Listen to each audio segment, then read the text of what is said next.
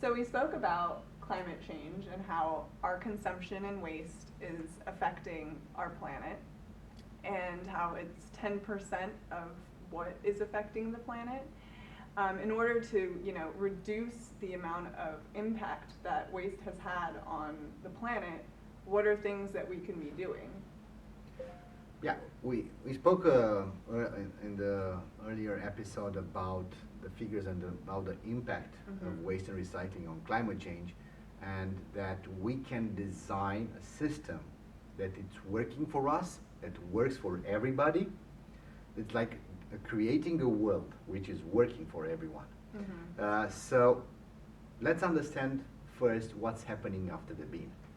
Because if we put something into a bin, we have, first of all, it's our decision which bin, how we do it, and what's happening. Right.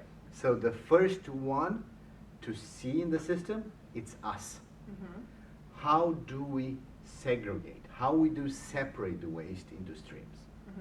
We have in this moment, most of the United States, in a single stream. In my home, I have 3 bins. One is going to landfill directly. Believe me, nobody is looking there. So if I put something there, I can be 100% sure that is landfill. Right. If you put a recyclable in that bin, it's going to a landfill. It's going to a landfill. The other one, it's the green stuff, the compost stuff from the garden and everything you see from the green stuff. And it's going to compost, to creating compost. And it's a huge impact. I can guarantee you that it's going to the compost. But if you put there something which is not supposed to be there, it will affect the compost, and if we you have to pay somebody to take it out. So if I put a PET bottle or a glass bottle into the green bin, somebody has to spend time and resources to take it back out of there, because otherwise you cannot do compost. So each of our decisions influence positively or negatively what's happening after the bin. Then we go to the single stream collection.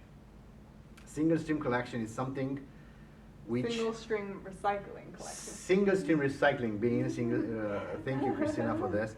Single stream recycling bin, single stream recycling system. This is something that we started to believe almost 20 years ago that it will work.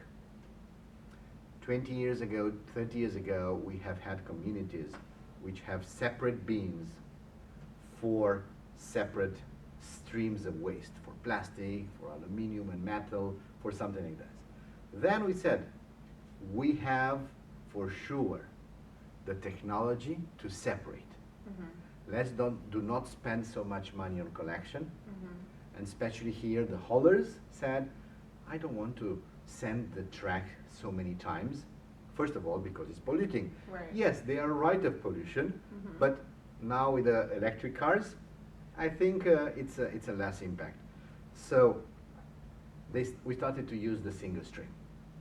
But the single stream, it's difficult because we have to separate again.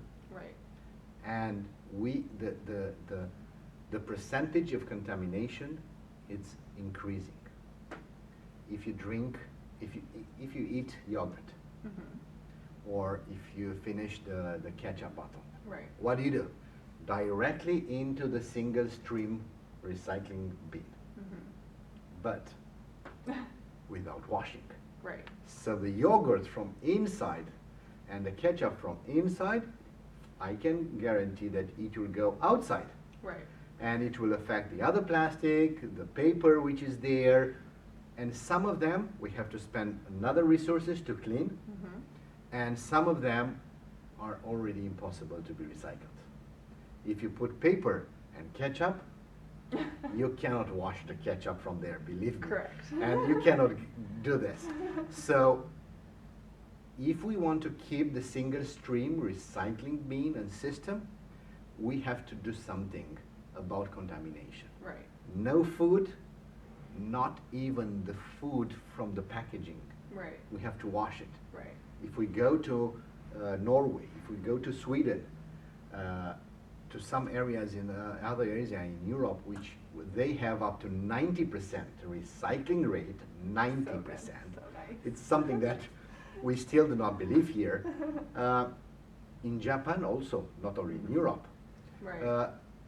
they wash the packaging before putting into the separate collection system. Right. So even they collect the plastic separate, the glass separate, everything separate, they still wash it, and some of them they still sort it. But in this moment, with we have the Singlestream, so we have to figure it out solutions. Wash your packaging and put it in your Singlestream. It's very good because the next stakeholder after the hauler, it's called MRF, Okay. Material Recovery Facility. A MRF. Let's translate. He take out the bin, he put it on a sorting equipment, and he tried to recover the materials from there. What he cannot cover, what is contaminated, until now we send a lot of to China, now not anymore. He send it to landfill. So what he cannot separate, Right. what is contaminated, he send it to landfill in this moment. So if we see a little bit the data and we analyze it inside, but we don't go now so Right. into math, up to 50% of the single stream bin is landfill in this moment, unfortunately, because of our decisions. Because of contamination. Because of contamination. Yeah. So it's a huge impact on this one, and we have to change something. Why? Because when you go into a MRF, first of all, usually if it is even if it is a new MRF, they have a big trommel there, something big that try to Turns it, sort yeah. and turns and put everything there. Glass is broken, and everything to try to separate, and we do the separation by magnet, if it is a metal, by optical sorters, manual. We have a lot of human resources on that lines to take from the lines different. If you watch videos on YouTube about sorting installation, MRFs, you can see there what's happening. So we try to separate as much as we can. Why? Because each of the material that we recover from these facilities, they go next to a processor, most of them. Paper, it's an exception. Why? Because paper is going directly into the mill if it is not contaminated, and the mill can use it to recycle into a new paper. But plastic, we have 7 types of plastic, and usually we need 7 different processors of plastic to recycle that plastic. That's a lot. So we have another human resources to be used in that system, and the processor is using a different technology than the MRF to process the waste and to give the possibility for the next stakeholder, the manufacturer, to use that already secondary raw material in his production for something new. If we go in aluminum, for example, the processor, it's cleaning first of all the plastic, and he's trying to clean the plastic and the paint and some other issues which are over the aluminum can, and then to compress it very, very much in order to have some cubes like this, Yeah. which go directly into the oven, to the furnace, to be burned and to be transformed into a new aluminum. It seems like an easier process to recycle aluminum over plastic then. It's much more easy to do with aluminum, and our strong belief at the End of Waste Foundation is that plastic can be turned out of the system. Yes. We can get rid of plastic, but we have to put something. We have to put recyclable, reusable packaging, and glass and aluminum are the best option instead of plastic. Right. Glass and aluminum can be recycled for 1 million times. You can reuse the glass, and you can recycle glass and aluminum 1 million times with a huge positive impact. Why? Because so the processor take the glass, for example, the glass, and separate it on colors, and then make it smaller or bigger depending on the manufacturer. Then a bottle manufacturer take the glass which is sorted and burn it into a new bottle. But he use much less energy Right, than for creating this glass. by creating glass from primary raw material. If you go Right. to buy sand and all the stuff from to make it a glass, you use a lot of energy consumption, up to thousands of degrees, to create and melt that sand to create a new glass. Right. But if you use glass cullets, so if you use glass waste, you decrease your energy consumption with minimum 30%. What this means? Less CO2 in the air. So again, a positive impact on climate change, and it's something good that we can do this one. Unfortunately, both glass and aluminium are around 30% recycling. So we have to figure it out how we can do this. Then the manufacturer is building a new packaging, a new packaging for a new product. And then we have the product manufacturer, which comes into place and use that package to put his product inside, and then it's to us, the consumer. Right. But let's not forget some other stakeholders which are very, very important. Distributors of products, retailers. Why do we speak about them? We strongly believe that they have a huge influence in the system. Definitely. If I will have a retailer which is sustainable, which says, you buy the product from me, okay, give me the packaging back, give me the empty bottles, give me the empty cans, come here again, give me back the packaging. Maybe we can even share the value of the packaging because it has a value. Right. It's clean, it's already separated, so it has a lot of value.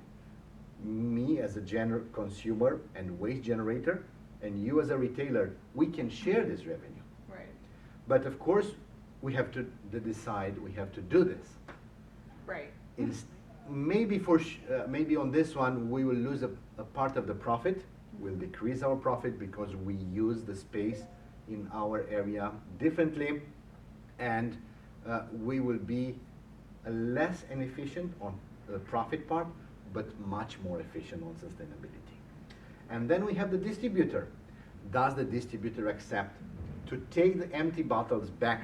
So we have this bin here, the Singlestream, back to the product manufacturer. Here it's also a little bit difficult about the decision. If we see the bottles of beer 30 years ago, 40 years ago, almost all the bottles, no matter the brand, are the same. Right. The same shape, Right. brown or green, Right. so you can reuse it no matter the brand you drink it. Now, each brand with the marketing says, I want to be fancy. Yeah. Let's do a different bottle. Right. So reuse, it's much more difficult in this moment because of how we design the glass bottles. Right. But also the distributors can help us on doing things. So they have a huge impact. Another stakeholder which is very, very important is the municipality, is the government. Yes. Which can be local government, state government, federal government. On federal government, we have only one rule on waste management. One rule. It's about landfill. How we create a landfill, which is good because until now we landfill in a very bad dumps, and we put everything there without any protection. Now we have this rule, which is a great thing, but we have to go more than this. Like that's the only regulation. This is the only regulation that we have in this moment at federal level. Right. And this is why we have such a big difference in language, even in the language of colors. Right. Because we have a single stream bin which can be blue with a black one here, but some of them has black here and gray here, or green here, Right. or blue here. Right. So we have a lot of differences in language. If I move from one state to another, I have to reread, to relearn the waste and recycling. Right. So this is something also difficult, because if we understand, all the stakeholders in the system, all the companies involved in this, and if we understand who is doing what kind of decision influence positively and negatively the system, if we create trust and transparency between them, we can really create a circular economy. My waste can be your raw material. Right. And we can use this one. But to do this, we have to know each other. We have to create a language common to all of us. Right. Rules common to all of us, and Right. to understand who is doing what and when. Right. So we have to do this to understand, and we have to understand some specificalities, some special things also on the business model. Because if you see only the profit in front of you, everything goes to landfill. Why? Landfill is the most cheapest solution Right, in this moment in the United States. That process is taking it from the consumer and just putting it in a dump. That wouldn't take that much money. Of course, and it is we see the profit only on a very, very short term. Because if we analyze the impact of the landfill in the next 1,000 years, because we will have the landfills in the next 1,000 years there, Right. for sure, who knows how much money do we have to pay for our health, Right. how much it will affect indirectly everything around us. From glass to sand, it's impossible. From sand to glass, yes. Yes. But from glass to sand, it's impossible in this one. From glass to glass, yes. Right. We can do this. So landfill is the cheapest way. This is why some countries in the world are using a landfill tax. So above the landfill cost to receive 1 ton of waste, they put again some tax, which prohibits Right. the idea of sending to landfill. It's much cheaper. If you put a tax, it's much cheaper to recycle. But of course, it is something on how we approach the business and the free of market and everything. But I can see here a lot of sustainable brands who took voluntary decision beyond the profit. Right. Let's don't think too much about profit. Let's think about sustainability. Right. And this is landfill. But we also have some other negative costs. We can have haulers, and we must have haulers in each city. We cannot have a MRF for each city. We can have MRFs for counties, for different regions around us, but they are less than the number of cities. Then glass processor, we cannot have glass processor for each county, even for each state. We have states without a glass processor. Right. And we have states without a bottle manufacturer. So this means we have higher cost. If I'm in Colorado, it's good for me because in Colorado I have one glass processor, I have 1 or 2 bottle manufacturer. But if I'm in Florida, I don't have a bottle manufacturer, so I have to send the glass to somebody to recycle it, Right. to the bottle manufacturer, but this means money. So in the system, to ask companies to change the destination of glass from landfill to recycle, they will lose money. Because if you put all the cost, if you want today 85% recycling rate on glass, and if we put all the cost of each stakeholder, all the cost is higher than the final revenue from the product. Right. So we have a negative cost of the system, Right. and somebody has to cover this negative cost. In Europe, in Canada, in Japan, in some other countries, we have in this world extended producer responsibility. The product manufacturer the company who is using the packaging to put his product into it Right. and selling to us, the product manufacturer called producer, is responsible to contribute financially and operational to achieve a level. Right. Here in America, we do not have this regulation, so everything is voluntary. Mhm. And we'll discuss about volunteership and everything like this in the next discussion. And it's another important thing that we have to understand into the system, which is an instrument very good used for us to do something better. If I am drinking water only on this, Mhm. and you are drinking water only on plastic bottles, you will generate more waste than me. So, how should we pay for the collection? You should pay more. Yes. I should pay less. Yes. Pay as you throw. Okay. This is a system.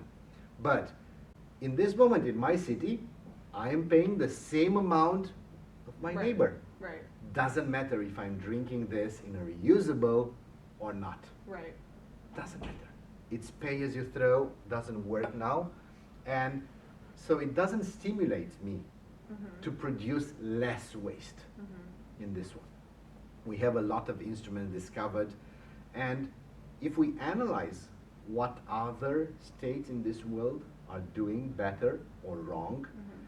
I think we can design a system which is working for everyone, Mhm. which is trustful and transparent, which really can contribute to the reversal of global warming. But let's speak about the solution next time. Okay. See you.